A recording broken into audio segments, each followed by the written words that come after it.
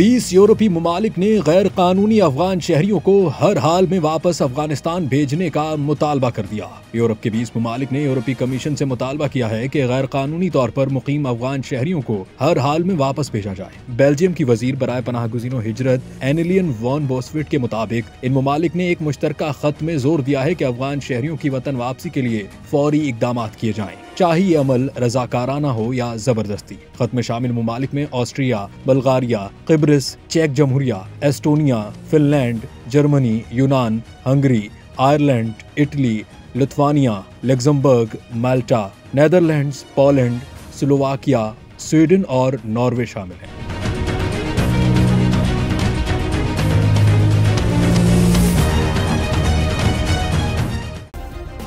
Subscribe करें और bell दबाएं ताकि कोई खबर रह न जाए।